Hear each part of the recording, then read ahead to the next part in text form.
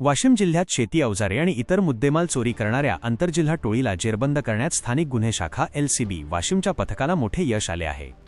या धडक कारवाईत पोलिसांनी 3 अट्टल गुन्हेगारांना अटक करून त्यांच्याकडून एकूण 3,45,000 रुपयांचा मुद्देमाल हस्तगत केला आहे।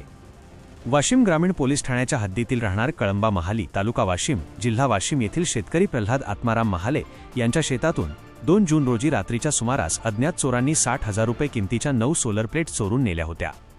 या प्रकरणी वाशिम ग्रामीण पोलीस ठाण्यात गुन्हा दाखल होताच स्थानिक गुन्हे शाखेचे पोलीस निरीक्षक प्रदीप परदेशी यांच्या मार्गदर्शनाखाली तपासासाठी तातडीने एक पथक रवाना करण्यात आले। पथकाने तांत्रिक विश्लेषण, घटनास्थळावरील साक्षीदार आणि गोपनीय माहितीच्या आधारे संशयित आरोपी वाशिमच्या पंचशील नगर भागात राहत असल्याची माहिती मिळवली। पोलिसांनी पंचशील नगर परिसरात सापळा रचून विठ्ठल मंगलदास भगत, वय 23 वर्ष, राहणार पंचशील नगर, तालुका वाशिम, जिल्हा वाशिम याला शिताफीने ताब्यात घेतले।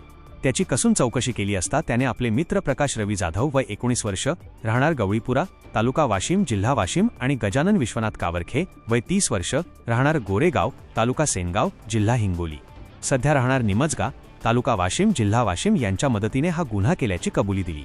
पोलिसांनी तिन्ही आरोपींना ताब्यात घेऊन त्यांच्याकडून चोरी गेलेल्या मुद्देमालाबाबत चौकशी केली असता विठ्ठल भगत याच्या घरातून 60,000 रुपयांच्या सोलर प्लेट्स जप्त करण्यात आल्या।